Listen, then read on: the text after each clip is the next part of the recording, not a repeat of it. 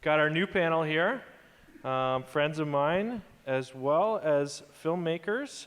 You all can see the second panel page of your programs there. First, we got Whitney Wilson here. Woo! Woo! Lots of live event experience, some reality shows. She shot a kids show in here last summer, hey Whit, and so she definitely knows what she's doing around set. Lana Gorlitz. Woo! Lana's got a little bit more interesting of a start as an intern. We'll get into that, and she can tell you about that, but she, again, quite the resume here. And now is the creative producer, developing a show for HGTV. Who doesn't love that channel? Thank you, Lana. And Richard Campbell, a Hamiltonian, born and raised right from Barton and Gage. Yeah. So you too can make it. But Rich just was directing this week, actually. So he's done it all as well. Steven yesterday. What's that? It was Steven that was in the last panel. Oh, no. Yeah, on the same set. Yeah. That's right, yeah. So, again, Rich can talk to us about a bunch of different positions. He's worn a bunch of different hats. I really like the way Nathan started the last panel just by asking what makes a good PA, or what do you think makes a good PA? And Rich, I'm going to start with you down there. What do you think makes a good PA? I think I heard on the last panel, just attitude, a good personality goes a long way, and knowing where you want to go. So just a conversation I had yesterday with the PA on set, he told me he wanted to be a DMT. So then I put him the opportunity, I put him in the seat to do second AC work. He killed it. Then he started talking to the B-cam op. Now he's going with the B-cam op. So I'd say start as a PA and have a direction, and if you do a good job on that, then you'll be folded into a different department that you're interested in. Totally. Lana? I would say, I was thinking about this morning and thinking about humility as being something that is a really interesting quality that might not get discussed that much for an entry-level position. And I think especially for students or people coming out of school, you're gonna think that you know everything and that you wanna show how much you know because you wanna impress people.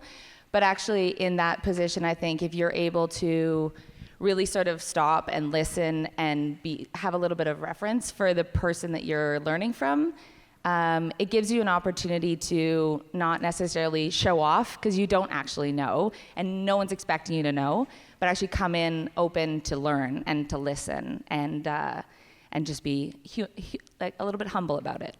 I agree. That's a good one. What do you think makes a good PA?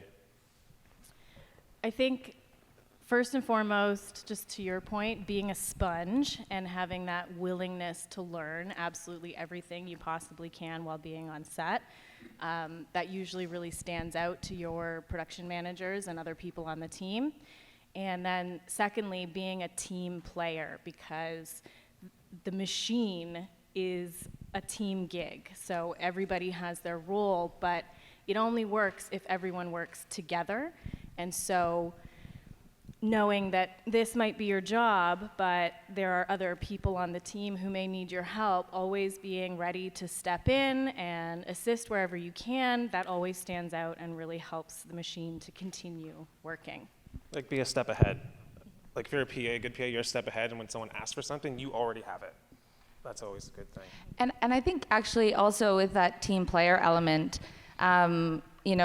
there's such a hierarchy and a separation to the work on set, and every department looks out for themselves to a certain degree, and that's necessary, but especially when you're starting out, understanding that one department doesn't exist without the other, and that to serve the needs of one department is only as good as what somebody else is doing. So if you've got a great shot and the camera department's super happy, but there's a train going in the background or there's a hiss from some gas line right there, you're screwing over the sound department and you can't get your shot, and ultimately the content's not good. So you have to always be thinking about how to service other departments and not just the one that you're currently working with. So it's a team, everyone's going for the same goal.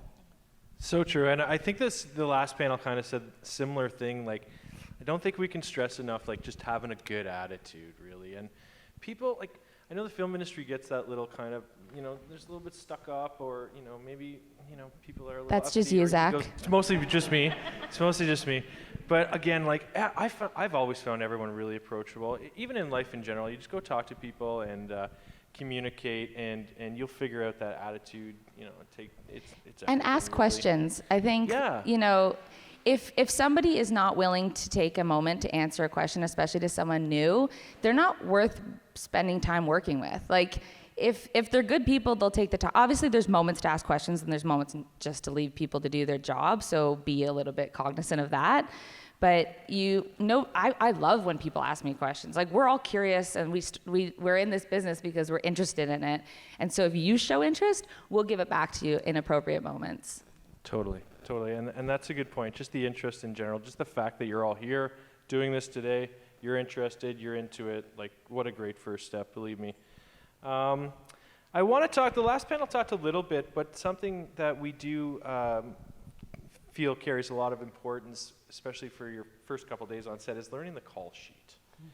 Can never be underrated. It's all of your information, all the departments, all of what's going to happen that day. Maybe, Whitney, you could tell us a little bit more about the call sheet. Yeah, I think returning to this concept of being a sponge, it often starts with the call sheet. So even though you might know you have a particular role, it's helpful to everyone for you to kind of have a line of sight on everything that is on that call sheet, so that if and when you're needed to assist, you can jump right in.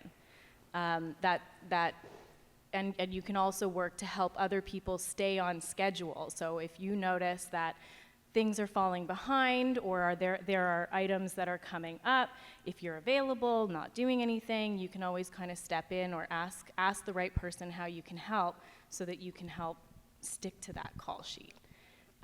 And there's nothing more frustrating to your production managers and teammates when it's obvious that you haven't looked at the call sheet, because a lot of work goes into those documents.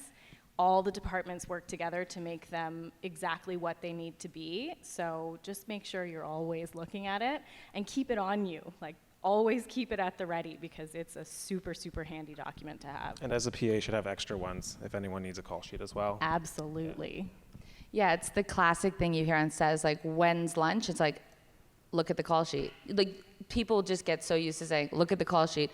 Oh, when are you wrapping today? When is this happening? Look at the call sheet. And you don't want to be that guy who gets that all the time. Once or twice. I mean, I've definitely been that guy, but try your best. Yeah, and the thing to remember about that document is that so much time and effort goes into it so that the machine can keep working. I'm going to refer to our industry as a machine, because every production is a machine. There are cogs in it that need to continue moving forwards. And having that document is what helps it to move forwards. Yeah, totally. Yeah, And- everything is kind of dependent on everything happening according to the call sheet. If something goes wrong, one scene's not ready, who knows what happened? Maybe an actor didn't show up, whatever. Everything gets pushed, and you got to organize everything. Super important to stick to that call sheet when we can. For sure, but and oftentimes you will hear people say, just look at the call sheet. And that's because everyone has so much going on in their brains, so that there's so much to consider about what's going on site, that it's just an unnecessary question, and so people can get a little frustrated. But it as soon as you ask that question, it shows right away that you're not being a part of the team. Yeah, I agree. Anything to add to that, Rich, about the call sheet? Call sheet. No, he's covered. As a it. Director, Read it. As a director. I Oh, mean, not only for you to, obviously, you're going to know everything that's going to happen that day, or you want to, but Well, yesterday, for example, we had a splinter unit, and I had a small team, and they had the A team for the first part of the day. And then we had a ghost in makeup for about 6 hours, which was it was longer than we thought was going to be. So I had to use the call sheet and reschedule everything basically just on paper with a dart, with my phone and a light, trying to figure out what I can shoot, move things around, just so that I can make up time for that ghost to come onto set 6 hours later. So, for example, we were shooting in a patient room. I needed the ghost to be there. He wasn't there. I have to remember 2 hours later that I have to go back and get that shot of him grabbing someone's shoulder, but the call sheet's there so that I've made these little notes on it. And it's kind of like just a schedule. It's your schedule for the day.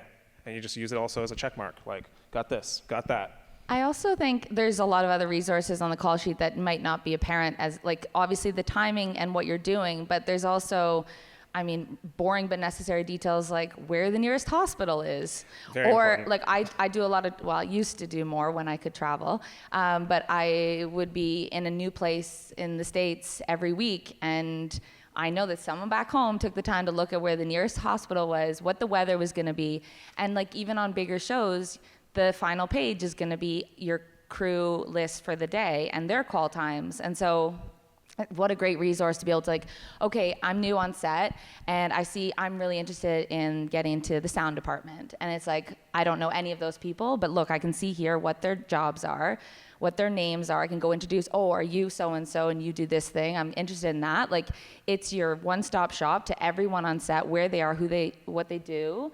And you're able to access it. It's in your pocket, literally should be in your pocket. I don't know how much detail they went in on the last panel, but it has everything you need from like walkie channels to where the washroom is, where lunch is. It's actors are numbered by, like C1 or whatever their position is, so that you can just say the number instead of the person's name. Has props on it. It has the wardrobe that's for that scene. So everyone's following those things specific to that scene. And like yesterday, we had a whole bunch of scenes with leaves being blown on the ground. Well, I had to also have no leaves blown on the ground. And we're jumping back and forth, so I'm constantly yelling at the art department to get the leaves up and off the ground. So because of the call sheet and all the information, I know what scenes have leaves and don't have leaves. So it's very important. Yeah, and that will always help you to stay a step ahead. Yeah. And as a PA, it's a huge resource for solving problems. So if something's going on set, first thing you should do is check the call sheet to see what your resources are, what the notes are, so you haven't missed anything, and then go from there. Totally, yeah. No, it's all your information, and it's so important to read the call sheet. Can't stress that enough. It will help you. I did just want to share one story. Yeah. I messed up when I was a coordinator. I didn't put the right hospital on the call sheet. You basically copy and paste your call sheet a lot, day after day. I didn't change the hospital, and there was a massive explosion scene that day, and they're out in Texas, and I was in Toronto.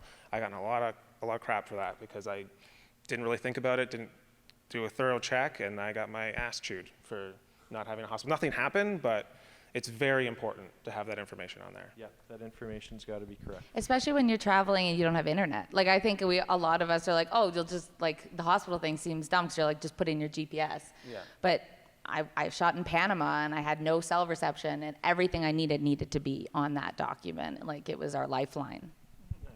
Nice. If you really want to impress the people around you, just know your call sheet. Yeah. That is a good tip. I'm not sure how many of you actually have been on sets yet. I guess I know Stefan kind of said it in the panel. It can be a little bit intimidating. Even me to this day, 20 years experience, when there's a crew shooting in here, sometimes I kind of, I'm still poking my head in the door and not exactly sure.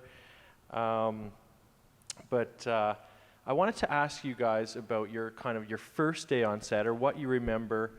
What you kind of took from that. I'll tell you, my very first call ever, I was in college, and a friend of mine in class got a PA job. He couldn't do it, said, take this job. Okay, so I had to go to the beaches in Toronto. My whole job that day as a PA was a very cold day, but they were shooting an outdoor scene, and I was just to put the jacket on the actress whenever we weren't rolling. Okay, get her jacket on. That's all I did all day. What I didn't do myself was bring my own warm jacket. And that day went really long, and I just froze, guys. I just froze, and Never forgot again. That backpack they talked about on the last panel, having some extra clothes in your car, having some gear, you don't even think you're going to use it. It was a huge lesson for me. That was my very first day ever. I think I got paid $50 for 15 hours. And I loved it. And I loved it. I'm never looking back. But what about you guys? That first day, what was it like? And was there something that you did that you learned from? Or My first day, my aunt actually hooked me up with a job. She has a friend that was an executive producer. This is going back 21 years ago, on a commercial. And I just wanted to go out. I missed my family picnic to go do this, just to go on set and get an experience. But in my mind, being young, I was like, I'm going to talk like I'm going to be a director to people that are already on set working, and I'm not working. I'm just coming here to. Here's the humility part. Yeah. That's So the best basically, way to annoy someone is to tell pretend everyone like what you I'm know. going to do and how I'm going to do it. And then all of a sudden I noticed by the end of the day I have all these paper clips all up my back. So obviously a grip or a gaffer, while I was talking to someone, were just clipping paper clips on my back as like, this guy, like, can you believe what he's saying? And I was like, got it. I'll just keep my mouth shut and just observe. So that was my first day. If you don't mind, I'll kind of flip the switch on the question slightly because as Zach alluded earlier, my path into this wasn't production assisting directly as much as it was an intern. And so my first actual day on set was my sister's boyfriend, and I held a boom and I didn't know what I was doing. But that doesn't count. My entry into this was as an intern, and it was in the office side, which I just want to point out to anyone. I think this is something I didn't know when I came into the industry, was that in like when you watch movies, you hear about movies and TV being made, you hear about the PA position, and that's on set, and you kind of have a sense of what that is. But there's actually kind of three separate tracks. Like there's three separate components of what we do. You can be a PA on set, and those are long hours, and they're like every once in a while, it's a little bit more here and there. You have to have a thick skin, and you're dealing with all the etiquette of being on set that these guys will talk about. But then there's also production. So if you want to get into producing, line producing, executive producing, research, any of those kinds of things, get in as an office person. And then there's post as well, if you're interested in post-production. But those are all different and very different tracks. Not to say that, like, I've kind of gone through all three of them at different points in my career. But I got in as an office intern, and it was a really interesting opportunity because it was on a feature about Charles Manson. And I didn't like true crime. I didn't know anything about murder or anything. It wasn't my thing. And this was before the wave of true crime was taken over our industry. But I met with a woman who was looking for an intern to help her do research.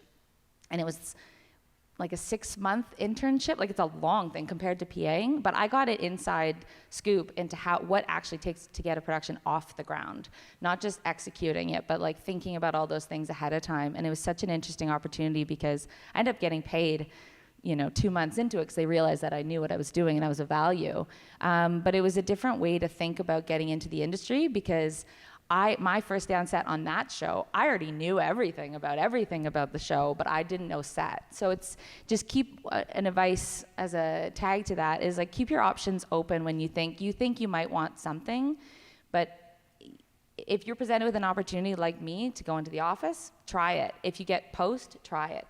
If you think you want to be in camera, but then you see a different department, you get into sound, whatever, just like don't be so narrow focused. I don't think I've ever said no to a job. I just kept saying yes. Okay, and sure, then you I'll learn try so that. much, and it's made me much stronger today. Yeah. Because then I can talk to everyone about their department, and I know the timing of everything. Totally. And then you can relate to everybody a lot better. That's actually something, sorry, Zach, I've totally taken your thing and gone with it. But one thing that I think is like the most important thing that I learned early on, I was like, if I want to be someone's boss, if I want to be the top here, I need to understand what every single department does. I don't need to be able to do it, but I need to know what they do and have empathy to what their problems are. Because if you want to be able to communicate how a set needs to be run or how a show needs to get executed, you can't just disregard the problems of someone else. Like, you have to understand, oh, that person needs this because they do that in their job. And so really thinking about, you look at a set and you're like, I should be able to say exactly what everyone needs to do today, even if I can't execute it myself. And so as an office PA, I was able to really understand who we needed on set because I knew what they needed to do to get the show done. I don't know if you guys found this, but the higher I got up, I found doing more PA work. So like if I go on set, I find myself doing PA work more than like my own work, just because I want to go in and do and help as much as possible. So I'll go move that ladder. I'll clean up the garbage Until if you it's get yelled full. at. Yeah, until you get yelled at. Watch But out for like that. it's just because I don't want the production to stop. I want it to keep going. So I'm here to help. So it doesn't end. So the more you learn at the beginning, you use on the back end. So it's all helpful. So true. Yeah, and good producers, honestly, they really care about everyone on their team. They want you, like it behooves the production for everyone to be happy and to be, because if you're happy, you're working harder. When I feel like the people above me care about me, I'm doing a better job. So think about that on the way up. Pay attention to the people who are treating you well and try and work with those people, because there are mean people in the industry, like the paperclip people. Those people are like Jerks. close friends. Yeah, jerks. But there's bad people in every industry, and we're no different from that. But there's enough good people, and so it's important to pay attention to those people and try to work with those people on their way up as well. And then when you're up there, you're like, I'll surround myself with these great people. Yeah. Yeah, and oftentimes once you get on someone's roster, like a production manager's roster, you're on that roster forever. Yep. And so it's always great to remember that. And I literally still get calls to this day. I'm now 14 years into doing this, and I get calls from the exact same person who hired me as an intern to work with them now, but obviously at a very different capacity, wanting me to run one of their shows. So that stuff sticks. I love it. It's so true. It is a small industry, guys. It really is. I mean, I can't really stress that enough. Well, I have an example of that. Just you Yeah. were saying you work with Scott McGilvery and Balmer Yeah. on a new show. We're just upstairs in the green room.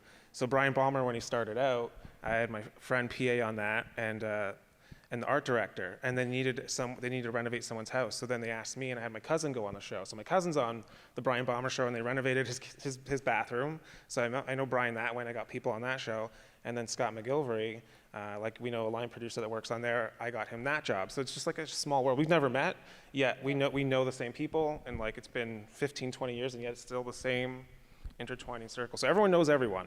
Yep. And I probably get a call, I don't know, 2 or 3 times a month saying, do you know a good so-and-so? Do you know a good so-and-so? And my job is usually not to hire people, but it's just like everyone is looking for good people, and you're as good as the last job you did, as the expression usually gets said, but it's also you're as good as the people that you surround yourself with. So I will never let anyone I know go without a job. Like I will hustle, be like, oh, do you need a so-and-so? This person's available. We all look out for each other, and there's so many groups, especially if you're interested in the more technical trades, because the stuff I do is sort of long-term and it's sort of hard to replace people, but if you're interested in one of the technical trades, there's a lot of times where you'll get hired for a job and you'll miss a couple of days.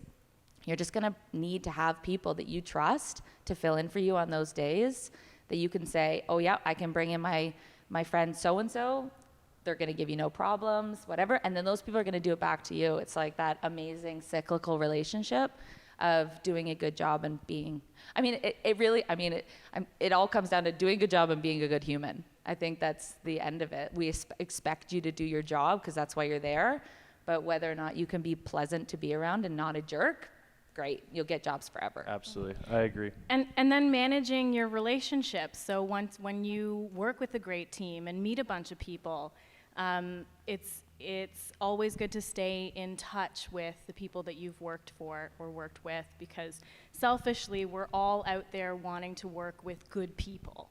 And so when we find good people, we try to help them get more jobs so they stay in the industry and stay on our rosters forever, right? I have an example of that. There was a woman who was in casting. She was basically on my show. There's cast wranglers often, or talent wranglers. And her job was mostly just to take care of and to manage the time and the whereabouts of our talent. And every time her talent was out and doing something, like shooting, and she technically had free time, she'd be on her phone, she'd be doing whatever she wanted, but she would sit down at the story table, watching the monitors, putting on a headset, and then asking the odd question of our story department. And obviously she has to stay in that job. We need her in her talent job in that show. But as soon as that show wrapped, I was working on another show, and we were looking for a junior person in the story department. And I barely knew her. I just observed that on set, and I was like, oh, you should go and get Jess's contact from Kat, whatever.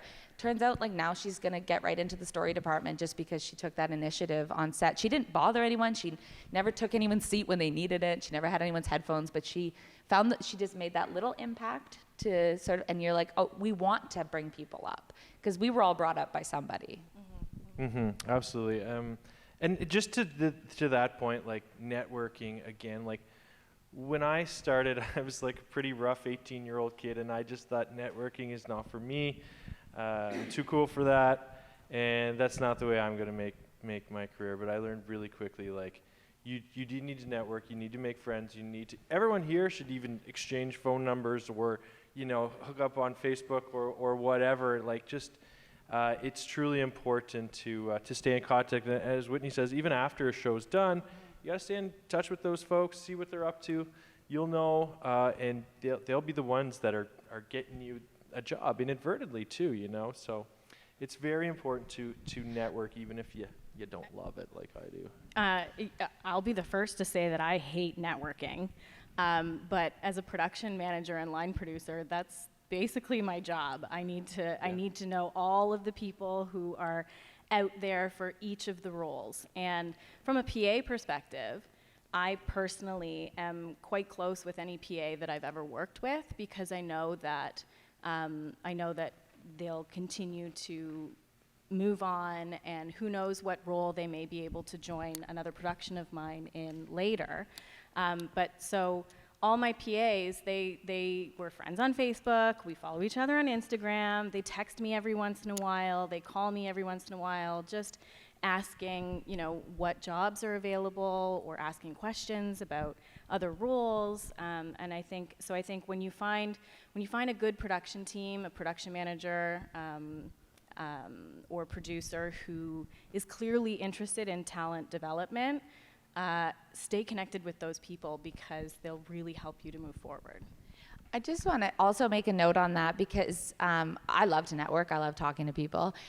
So that has never been an issue for me. And I think I realized also over time, though, that this doesn't mean that you need to be massively outgoing and it needs to be like you're the life of the party. In actual fact, my favorite PAs that I've worked with and tried to get opportunities for have been people that I barely know what their voice is. They are just so focused on what they're doing, and maybe they're not so socially outgoing, but they are so there, so present. It's almost like seen, not heard kind of thing. Like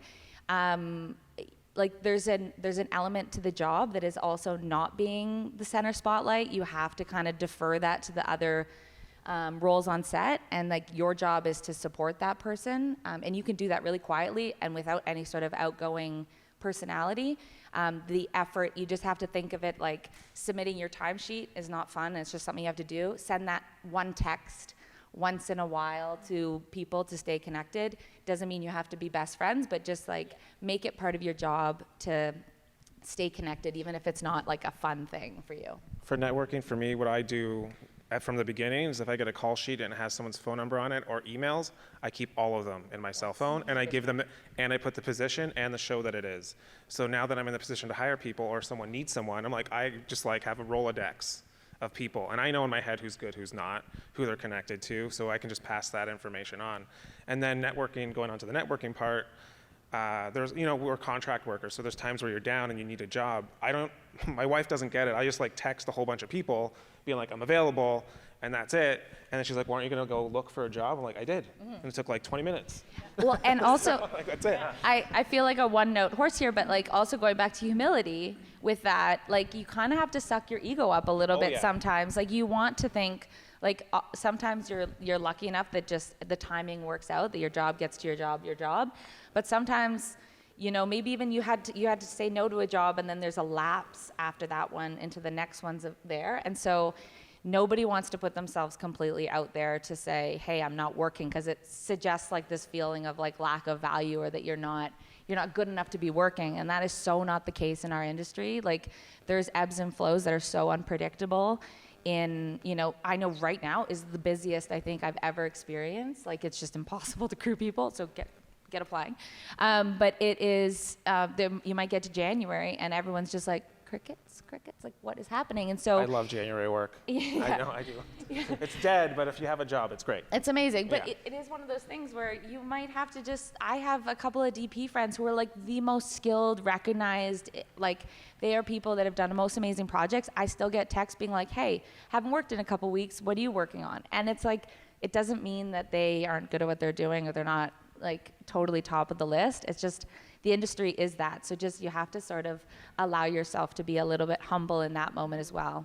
And then speaking to being humble, I know tons of really specialized PAs or technicians or even production coordinators who throughout the pandemic may not have had work. They were accepting jobs as drivers left, right, and center just to stay busy and stay in the industry. And so knowing that there are ebbs and flows in whatever your roles are on site is really important. I just want to say to the driver part, that's actually like no one really talks about drivers in production, but I found that that's such an interesting, you have time with those people. So say you're a driver and you're picking up the producing staff or the directors or whomever. It's less fun if you're doing like garbage drop-offs and stuff.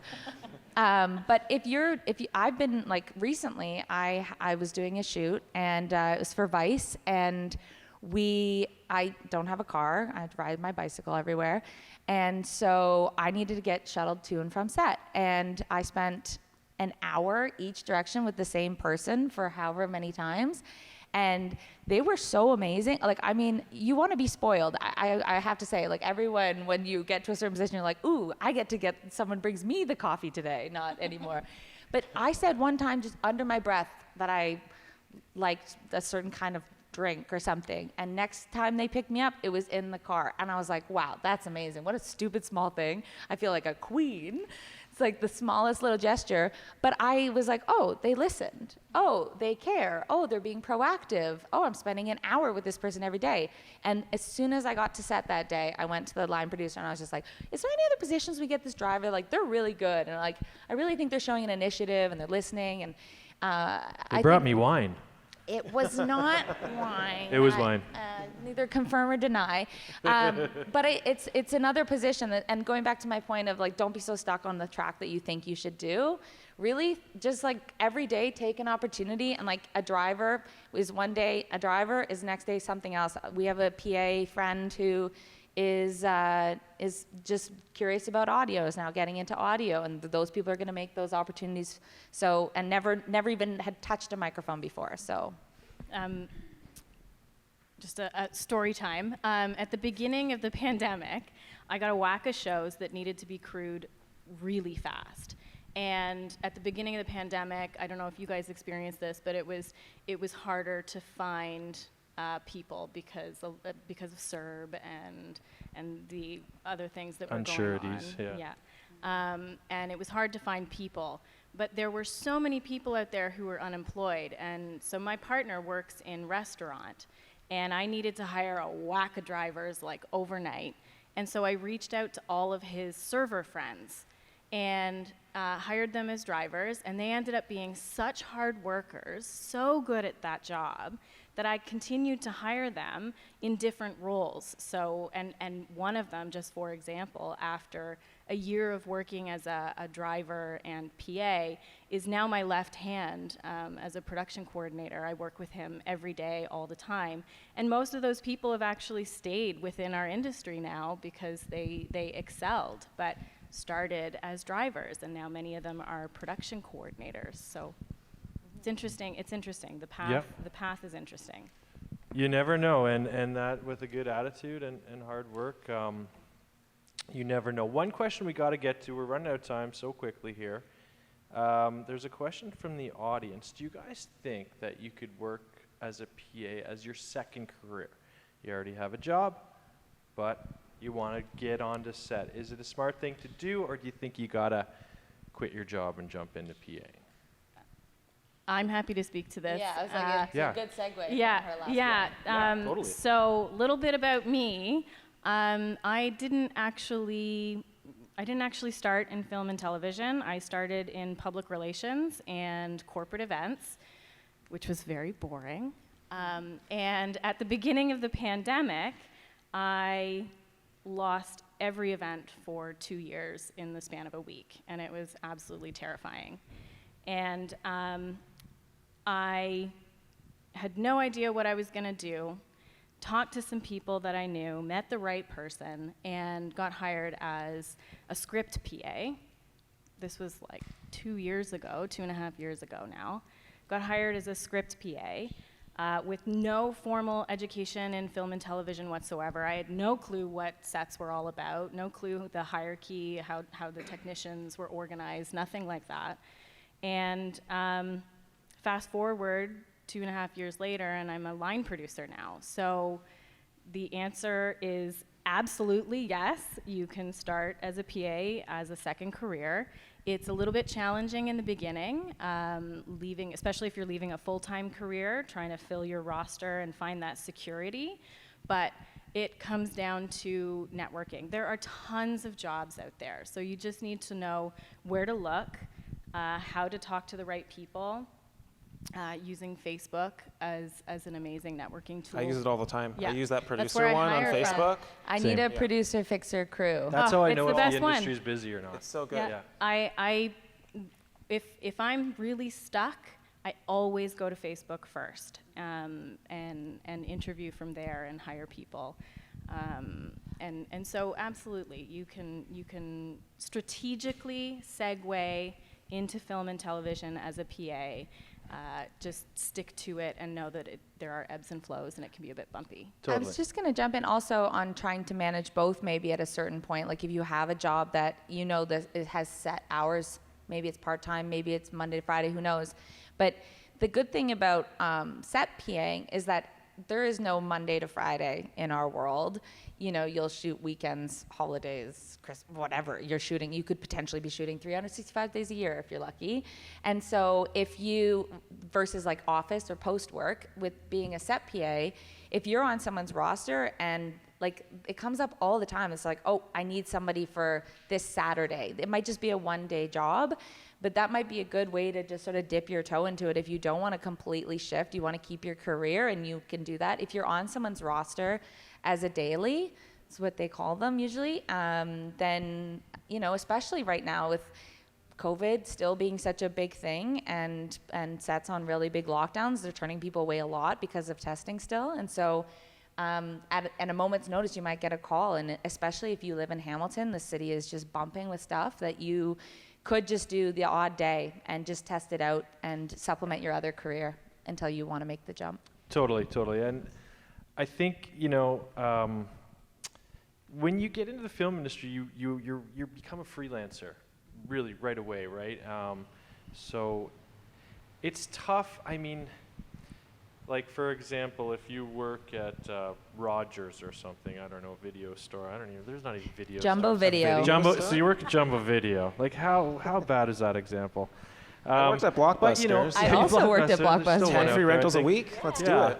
But I think it's all about, you know, your boss there. Are they going to give you some time? You say, you know, you go to your boss, hey, listen, I want to get into the PAing. There's a job coming up this Friday. I know I'm scheduled to work here, but do you mind if I take this day off because I really want to get out and set? It's going to depend a lot on your boss and kind of what you do. But there is a way to do it. I don't recommend to everyone just quitting your job and now I'm a freelancer, here I go, because you might find out you don't get as many calls as you like right away. You go ahead, Whit. And so as a freelance, I've been freelancing for like 15 years now, and it took me in the last world that I worked in corporate, it took me about 5 years to get a steady roster of clients that allowed me to work full time. When I made the switch to television, it happened so quickly for me because so many people are out there doing the same thing, trying to network, trying to keep one another busy, staying in touch, looking for jobs. And so personally, I feel like it's more doable in film and television if you're committed to doing what you need to do to stay busy. And that means take jobs that, you know, might not necessarily interest you in that moment. Do other things like driving if that's all that's available. Let it be known when you're on set with, particularly with your production managers and line producers and stuff, let it be known that you're gonna be looking for work after the show is done. So that you can stay busy. Oh, that's a really good point. I always find it super interesting working on a show. You always hit a point in this show, like maybe 3, depending on how long it is, but like 2 weeks before you're wrapping, where everyone starts talking about what they're doing next. And it's like the thing that it's like the water cooler chat of set, where it's like, oh, so what are you moving on to next? And oh, what's up next for you? And it's such an interesting thing because you feel like you're a family and you'll always be together, and like this 30 people that we could never do anything but work together. And then you talk to everybody, everybody's going off and doing their own thing, which is kind of daunting when you first start doing it, because you're like, oh, my people, I just got comfortable with this. It's and now sad it's sometimes. Yeah, it's like actually kind of upsetting. But then you realize what that is, as a side note, is those 30 people that are all going doing different things. Now you have 30 different projects you're connected to by somebody. Yes. And that person's going there, and if they need a you, they're gonna know. You might have 30 different people saying, oh, I know a so-and-so that can do that. And now you're having opportunities. Like, I've worked in true crime, I've worked in competitions, I've documentary, I've done CBC live television, I've done now in the home reno space, which I never thought I would go into. And it's like, I only kind of got those jobs because somebody I knew was at that company, moving to that company that knew me from this company. And it becomes this amazing web where it's sad, but you get that opportunity to be like, where are you going next? Oh, that's interesting. Do you know if they're looking for so-and-so? Yep, totally. And something I always encourage PAs to do is build your own roster of people. So even though it's not your job to hire people for sets, know who is on your roster so that if a production manager comes to you and says, we have roles to fill, you can say, oh, well, I have a list. I can call so-and-so or It's almost whatever. like you've got a fantasy team Yeah. of your... That's my favorite Yeah. part of hiring a crew. Yeah. It is like having fantasy sports.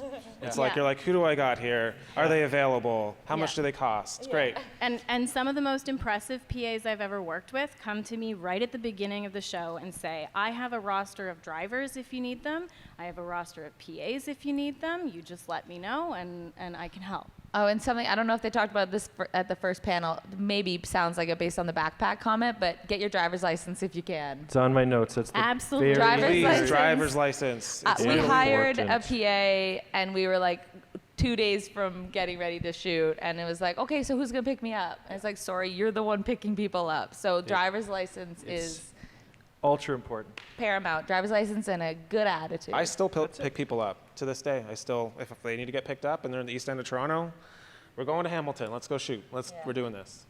He's never picked me up. Guys, I gotta wrap it up here. One thing, I think just my final thing is that the film industry itself, like, although it's different, it's totally different in an industry, it's still a job and it's still a workforce, and it's like anything. Like, if we say, oh, you know, ask questions but not too many, or, you know, be kind or whatever, is that any different than any other job, really? Do you know what I mean? So it's cool just to be cool is what I'm gonna say. I just want to add to that. So coming from the corporate world, it is a totally different beast, and I thought that's where I was going to be forever. And then as I segued into film and television, it's filled with so many warm and talented people and artists and people who have come up the same way, taking all of the smaller jobs, moving their way up. And so I find that as an industry, I still consider myself an outsider. As an outsider, Get out of here. as You an don't have industry, Campbell on. Yeah, there's no Campbell. Yeah. So. it's It's a beautiful thing. I can't believe how warm and friendly and fun this world is. And so every opportunity I get, I tell people join us on the dark side because it's actually a lot of fun over here. It's not by accident that all my favorite people work in the industry. Like Same. all my best friends, my partner, everyone. Like I surround myself with these people because not only do they understand, they're empathetic to the experience and like the weirdness and the hours and the stresses that ebb and flow, but we're also just like super fun-loving people. You like attracts like. That's my favorite part is like the personalities. So like be yourself on set. If you're quiet, be quiet, do your job. But if you're wild, like be wild. Like I love that it's an environment that encourages difference and just it's amazing. I love that And part there- and element. Yeah, just like I think I mentioned it before, there are mean people on these Yes. things, and just don't work with those people. Like There's any enough. place. Yeah. Like anything. Like it's amazing. Like I have one producer that I'm like never gonna work with her again. She is not good people. We What's have her name? an a-hole You know filter her. where I work. No a-holes filter. That's at our Just current like, spot. but that's a great thing. It's not like you're working at Bell Media in a tower downtown where it's like, oh, well, I can't go. This is the people I work with. Buckle up. It's like you just don't take that next job with that mean person and just move along with the good ones. Can I ask one question? Who's that? It's me. Graham Purdy? Yeah, the one Okay, thing that I guess wanted so. to talk about in terms of PAing is when you start off as a PA and after you've been doing it for a year and a half, and you become a seasoned PA, productions tend to want to keep you there. And so I'd like to talk about the responsibility you have as a PA to be your own cheerleader, to make sure when you want to move forward to the next level, you have to take some of that responsibility yourself. And how do you do that without kind of seeming cocky or whatever? I think we're all going to want to tackle this really briefly. I'm just going to say one thing, and I'll give the floor over, is that also people consider production assistant as like the first rung on a ladder, but also it's a very rewarding career for some people. I know some people that this is what they do and they own it and they're so good at it and they love the flexibility of taking days or not. And so I just want to also say like it is a stepping stone for most people, but it's also a really interesting career opportunity if it suits your lifestyle. So you're saying like at the point of where you know your worth and ask for more money or move up is what your question is? Yeah, basically, like once you become a seasoned PA, and they're very, very necessary on set because the PAs are the backbone of every set. I think it depends on who your leader is there. They should definitely give you the opportunity to move up and put you in the right spot. And if they're not, move on because they're not looking for you to move on. They're just going to use you for what you are, which is great. If you're getting paid well, cool. And if you have lots of work, cool. But make sure you move on. Don't And stay there. sometimes it just is about moving on. Moving on is the key. Like they'll selfishly, some people want to keep you in your box because you're good at it. It makes their jobs easier. They don't have to train a new person. And sometimes like I've one time in my life, I was earlier on in my career, I straight up just had to, I was happy with everything else, but I was like, I'm just going to quit this job and I'm going to go to a different production company. And when I come back to this company, they're going to want to pay me more and they're going to know that I'm valuable. And that's exactly what happened. As soon as I left, all of a sudden the job was on the table. And so be willing to leave and to start with a new group, because the other thing is you have met those people in your season PA time. And find the right production manager and just have the conversation. Chances are they've been in the same spot, and so they'll be open to having that conversation. And I think you come to the table saying, this is what I've done, this is what I love, but this is what I'm good at, and this is where I want to go. And oftentimes that production manager will entertain the back and forth and try to figure out what the next step is. I also feel like I've witnessed personally so many times where the production manager, the line producer, has asked the question, so what do you want to do next? Like, what do you, like, so I think actually if you're working with a good crew, and that seems vague, like how do I get on the said unicorn crew that you're talking about? But it's like I think more often than not, people are going to ask you the question. It's also like sometimes there's dead time on set. You don't know what to say to people because the weather's you've already covered. Most likely the next question is going to be, oh, so what do you want to do next? Or what are you doing? Especially to people in that PA position. I ask that question all the time, selfishly because I want people to continue working in the industry and I want to know what they're doing and how I can help them get to the next step so that they stay with us. But also I find that there are a lot of people out there who actually care about helping one another get to the next step. because we've all been there. It's my favorite part. I love Yeah. seeing people move up. It's Yeah. great. And ask for money too. Like I think that's the other thing is like I found an email recently because I was trying to find a contact of a producer I used to work for, and I asked for a rate that now looking at it is just so funny. And I remember being so scared to ask that question. I remember being like, I think I even wrote in my language, which I'm trying to get away from that language of like, I was just hoping I could write to ask you if you don't mind. And it was like pennies of like, and I remember being like, is this okay? And let me know if you think. And they wrote back, their response was like, absolutely great, see you Monday. Like it was like, they were like, I'm an insane person for being that way. So like always ask for a little bit more also than you think. People will whittle you down, they'll pay you the rate that they have. And it's also, oh, one last thing, sorry. It's also not a bad question, and I think our industry is so bad with this, but like you can ask, and I'm also like not the line producer on this panel, ask what do you have in your budget for that? What's in your line for that question? Don't ask that question. Ask that question, because the number of times, and then maybe they'll come back and say, well, what are you comfortable with as a, like they'll throw it back to you and not ask it. But if you don't ask the question, you're never gonna get the answer. No one's, negotiating is so awkward, that could be its own panel. But ask about money because they're gonna try and get you down for reasonable reasons. But if you don't ask, you'll never get it. That's true, and that applies to a lot of things in life. Don't forget that. But anyways, I'm going to cut everybody off just in case soup is for lunch, so we don't want to get that too cold. But thanks again, everybody. Graham, you're going to hit the house lights there for us, buddy? Thanks, everyone, for coming. And Thank you. thank you. See you all on Facebook.